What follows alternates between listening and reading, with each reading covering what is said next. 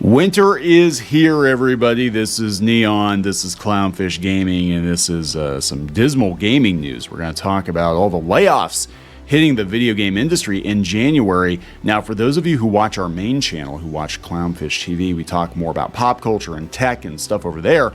We said that a lot of companies decided they were going to wait until after the holidays, after the new year, to lay people off because of optics. They already knew they were going to lay people off. They already took a look at the books and they're like, yeah, we're going to have to get rid of some people. We're just going to have to. But they wanted to wait until after the holidays because they didn't want to look like the bad guys.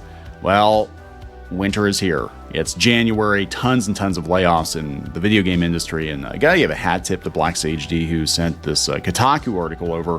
Kotaku itself, which I think is probably going to get shut down or sold off here pretty soon, one of these days. Because journalism blogs, they're not doing so hot either. So let's talk about this, guys. I wish it were a happier episode, but it's not. Let's talk about it. This is, let's see, this article here is coming from Reuters, and they got it from The Verge. Microsoft lays off 1,900 Activision, Blizzard, and Xbox staff. Holy crap. Microsoft is letting go of 1,900 employees at Activision, Blizzard, and Xbox this week.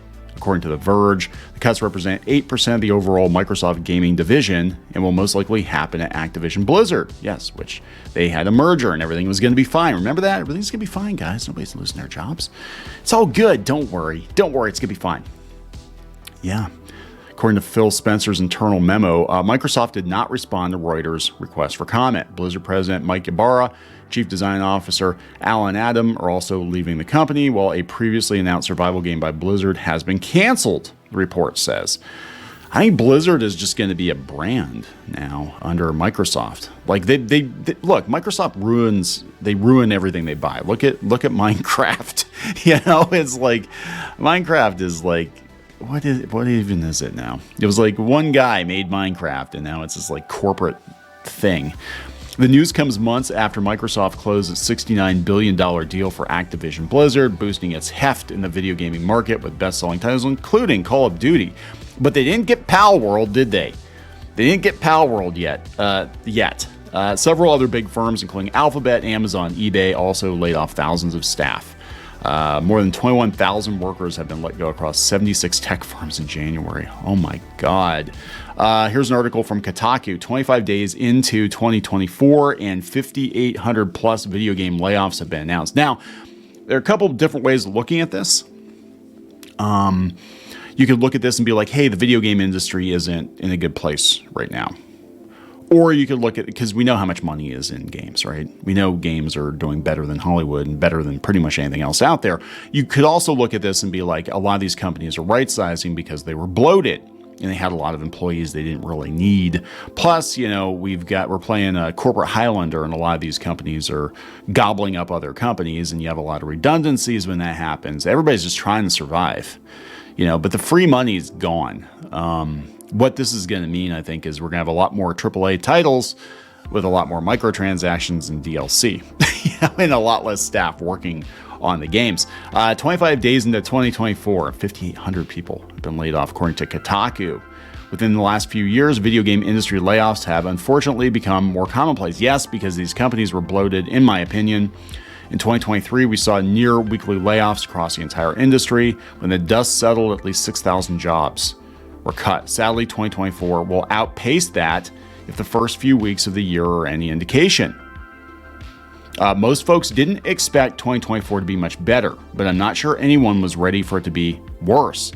Yet this year has kicked off with a string of big and small layoffs, signaling that the corporate bloodletting rituals aren't ending anytime soon. They're not. So here's what they know. They have Archiact. They did the Doom 3 VR port. They had a whole bunch of people laid off. Bossa Studios, 19 people. Unity, Unity, I forgot to report on that. Unity, 1,800 people, 25% of its staff, because they're resetting the company. Twitch, 500 people. Playtika, 300 to 400 people. That's wow. Let's see. They laid off 900 employees in 2022. Discord laid off 170 people. Lost Boys Interactive laid off 125 people. Fun Selector, 3 people. I don't know. The Canadian indie studio behind Art of Rally PTW pulled a win, 45 people. So yeah, they were a quality assurance localization and support studio that worked with Blizzard and Capcom. Well, that's probably tied to the Activision Blizzard, right? Thunderful, 20% of staff. What did they make? I don't know if they made off the top of my head. Pixelberry Studios, unknown. NetSpeak Games, 25 people. Wemo Games, 35 people. What did they make? Micro Machines Mini Challenge Mayhem. RPG Dice Heroes of Whitestone. Those are huge titles. I don't know. No, I mean, seriously, I'm sorry if you lost your job. I'm not familiar with what you did. Behavior Interactive. They did Dead by Daylight. 45 people. CI Games. 10% of their staff. 31st Union, less than 10 people. They laid off. Com2 US, 2-digit number of people. Okay, that's not terrible. Metaverse World, 70 people. Intrivesoft, Riot Games, 530 people. That was, yeah, a lot of these big studios are laying off a lot of people. We covered Riot. One Player Mission, 15 people. People Can Fly, 30 plus people who flew out the door, I guess. That's Polish-based People Can Fly. I don't know what they made. Outriders. Okay. Black Forest Games, 50 people. Microsoft, 1,900 people. That was what we just reported on. Now, Asmongold, Twitch streamer Asmongold, dude, I mean, I know he's got YouTube channels. Like, I really would not put all your eggs into Twitch's basket, but he seems like a pretty smart guy. I think he's probably planning an exit strategy if Twitch implodes. But anyway, he put Riot Games on blast. He basically said, and paraphrasing here, that the people that should have been laid off at Riot Games were the money people, not the creatives, not the developers, but the people in charge of the financial decisions, because some of the games landed with a thud because they were overpriced for what they were. And that is true. I mean, it used to be, in some countries it still is, if the leadership fails, you get rid of the leaders first, or they take a pay cut or something. And that's not how it seems to work in corporate America. It seems like people that make terrible decisions continue to be left in charge to make more terrible decisions and cost the company more money and cost more people their jobs. What needs to be made apparent is like where are the fault lines in the company? Is this particular manager part of the reason that the company is losing so much money in their division? Is it just their division that's losing a lot of money? Then they need to go. Is your company just losing money all over the place like Disney? Well, then Bob Iger needs to go. I'm just saying. People are paying the price for your incompetence. That's what's going on. So I don't disagree with him there. I think that in a lot of cases, a lot of these layoffs were preventable if the company were more profitable. Now, the real motivation is they want to be more profitable.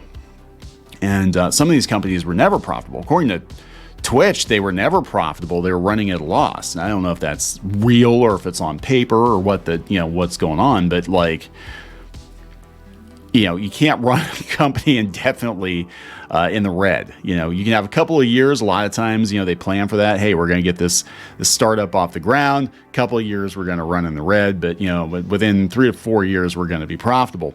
And that is not the case with a lot of these companies. And a lot of them, I think they popped up trying to cash in on games. Like some of these studios I've never heard of, and a lot of them, they were just way overspending. And they think that they've got 1 or 2 big hits, a live service game, and it's going to last forever. And it doesn't. I mean, remember Ultima Online? Yeah, very few people remember Ultima Online. It was the biggest thing. Ultima Online was huge. It was my first online MMORPG, and I played the shit out of the game. In fact, I played on private shards, and there still are private shards out there, but I played for years on Ultima Online after it stopped being popular with the mainstream, but like nobody even thinks about it now. Unfortunately, it was such a great game too, but it came and went, and World of Warcraft kind of peaked, and then Classic brought it back for a little bit. But these things come and go. They do. Nothing lasts forever, and these studios don't plan for what's next, in my opinion. I'm going to wrap this up. Please subscribe. We'll talk later.